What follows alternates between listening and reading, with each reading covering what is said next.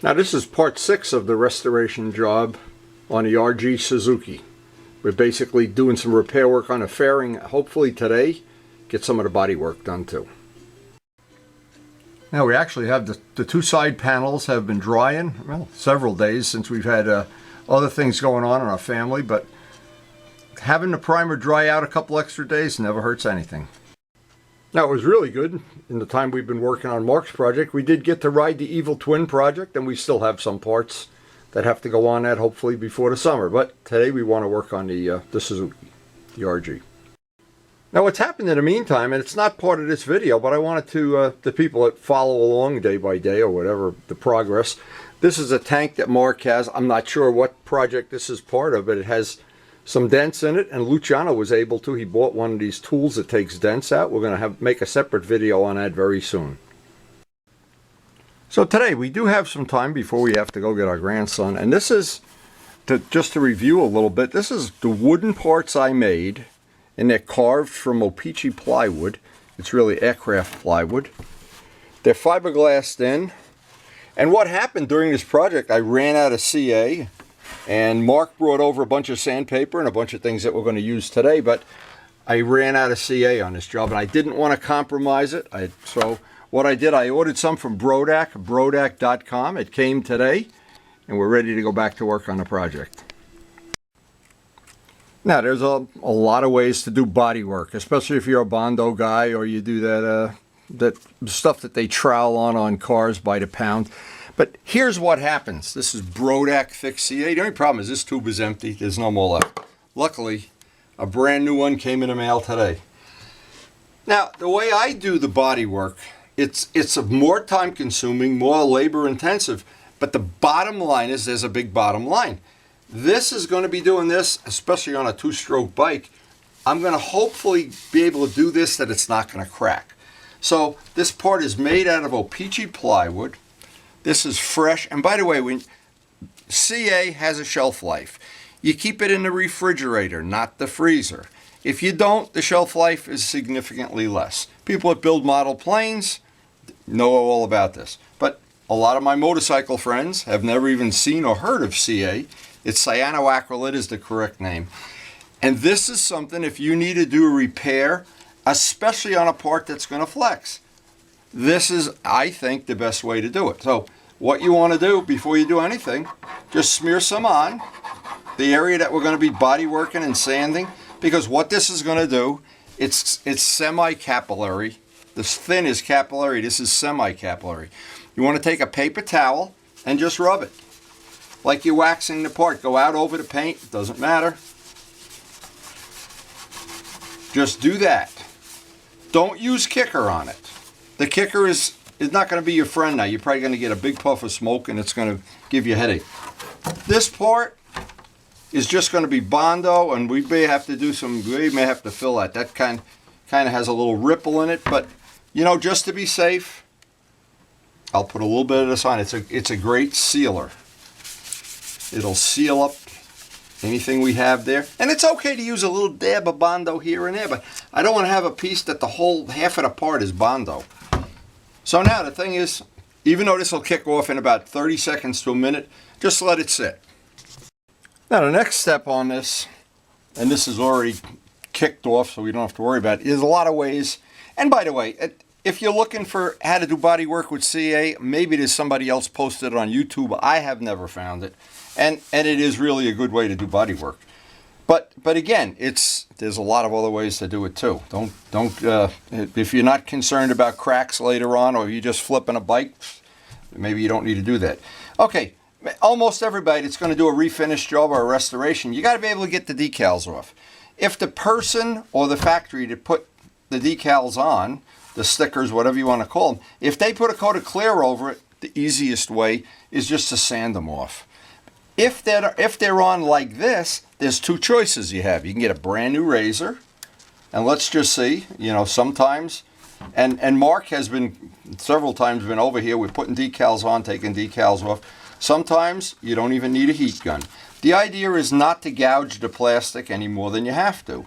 So this is method one. Brand new razor blade, and that'll come off. However, We got a heat gun. If you warm them up just a little bit, or if it starts being difficult to take off, you don't need to get it so hot that you can't touch it.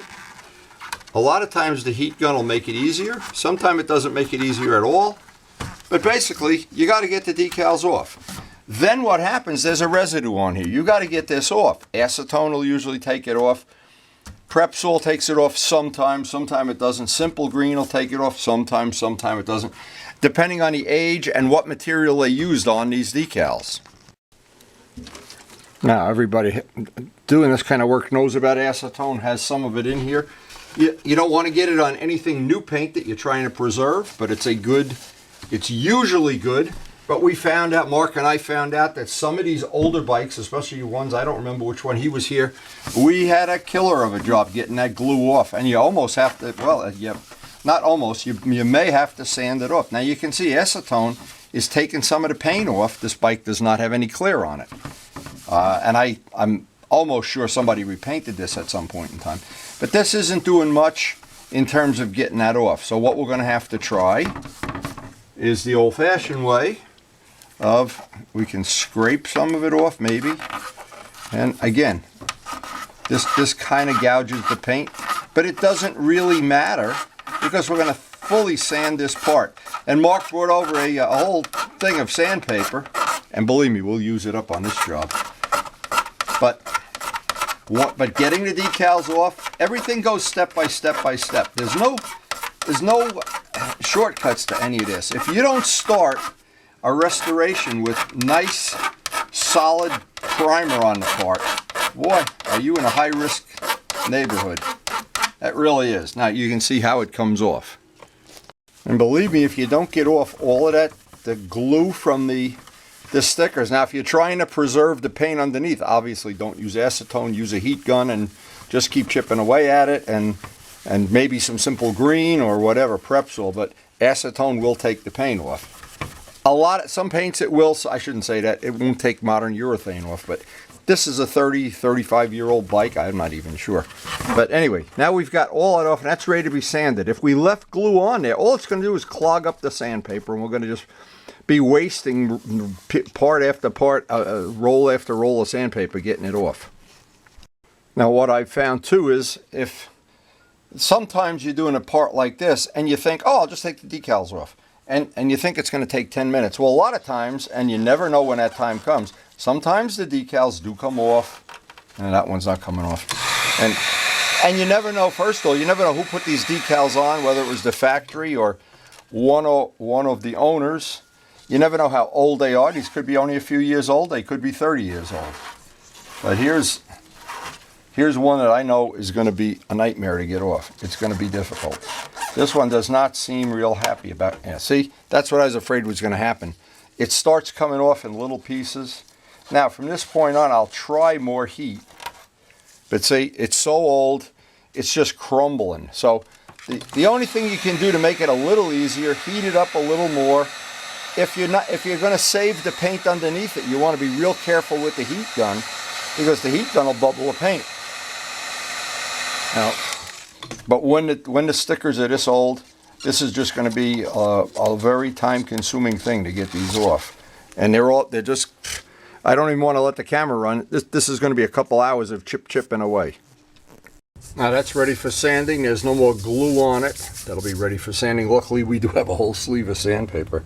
And this thing just came off in a million pieces.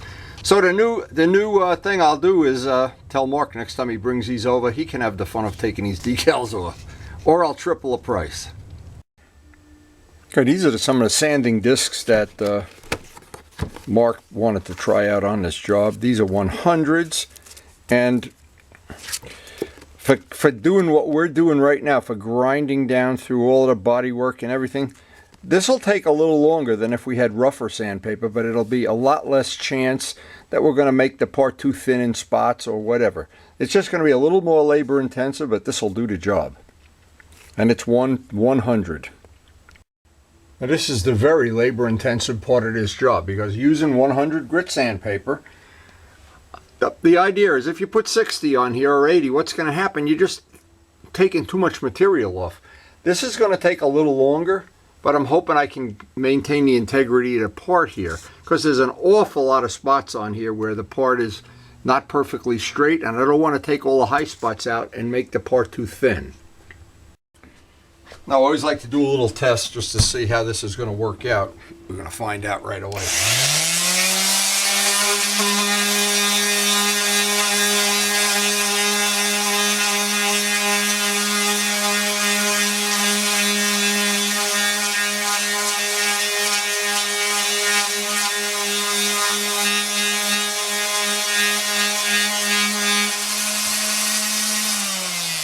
Now, it's basically doing exactly what I was hoping it would do. It's taking and putting a nice little scratch on everything so the primer will fit. There's a lot of little dents and dings and everything that we're going to have to work on, but that's a whole nother issue. So the next step on this is to get 100 grit sanding on the whole part, radius off all the edges. I still have to get these decals off. I was just spending a whole day taking decals off here.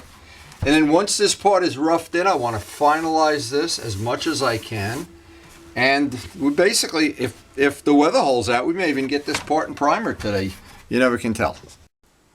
Now the next step is our little Velcro pieces, and what you do is you wear out, and they wear out quickly, of course. They don't wear out, they clog up, and you use that tip. You turn it around and use that tip, because you're basically only going to wear this out at the tip.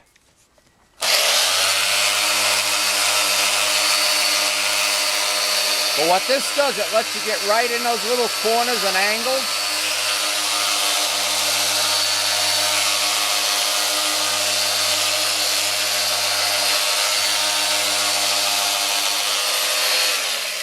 And it saves you a lot of hand sanding. Otherwise, this would be hour after hour of hand sanding.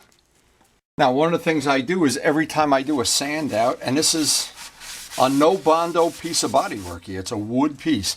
Well, what we want the CA to do is each time it'll level out, but we've gone through in spots. Take more CA. It's pretty simple. Now, one thing you don't want to do is you don't want to leave the paper towel in one place and let the dust stay on there. The dust makes the equivalent of a filler. And I don't want to use kicker because that's going to give it a rough surface, but just let that sink in. When it's done and this cures out, we'll be ready to do a final hand sanding and priming.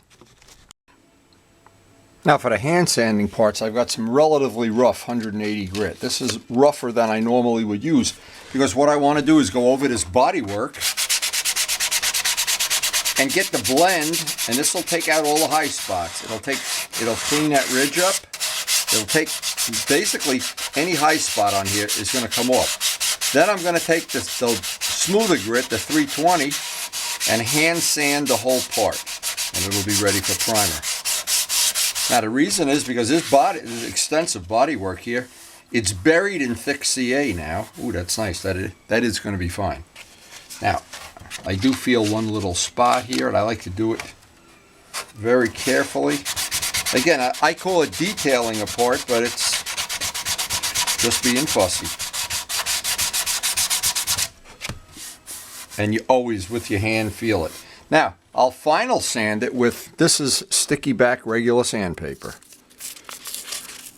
Even though it says 180, it's a lot smoother than that sandpaper. So what I'll do with this, now this is the trick that I like, is take my bare hand, can't really use gloves conveniently.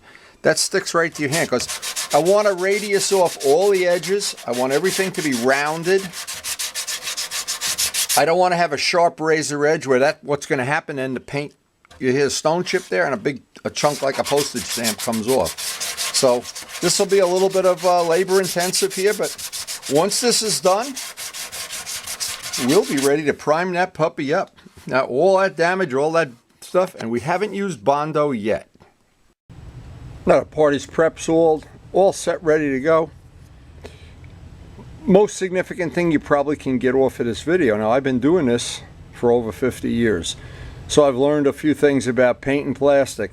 Whenever you've gone through paint into the plastic, this is a great way to ensure that you'll minimize the chance you're going to have a problem with that paint wrinkling up and then having to strip the whole part with paint remover or sandpaper. We use Duplicolor. It dries a little quicker, but since we're basically going to let this dry overnight, it won't matter. We'll give it 2 coats of this. 2 thin coats better than 1 thick coat. Now I want to paint the inside first. I didn't want to go sanding this all paper thin and everything, because you really don't see that anyway. And there's no way you can mount the mirrors on this part now. They'll be coming right through to repair. They'll have to use bar end mirrors or some other concoction, who knows. That's the one limiting factor we have with this part. So I'll paint this side first, then we'll get 2 coats on the other side. We'll be good to go. All of these things look so easy when you see them on video. Another thing, shake, shake, shake the can. You don't really see it on a video, but this was about 6 hours of work here. Now, the other thing, if you get the primer on, the first coat, you just put it on. Don't try to get a nice big smooth even coat or anything. It doesn't matter. This is getting sanded anyway. Most of all, get the edges.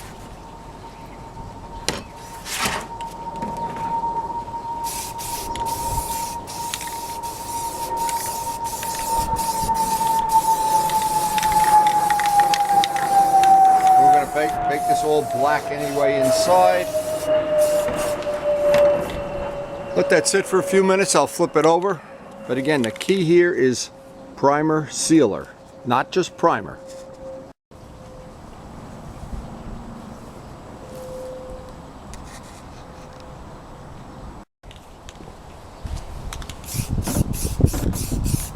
And of course, it's not in our favor that the wind is blowing right now, but again, for primer, this is getting sanded out anyway. And we're still going to have to fix any little divots or dings that we missed.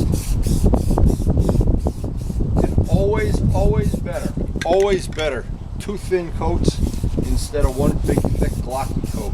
Less chance you get a run. Save you the time of sanding it. And the paint dries better. Now so far it looks like we don't have any contamination or fish eyes or anything. So far.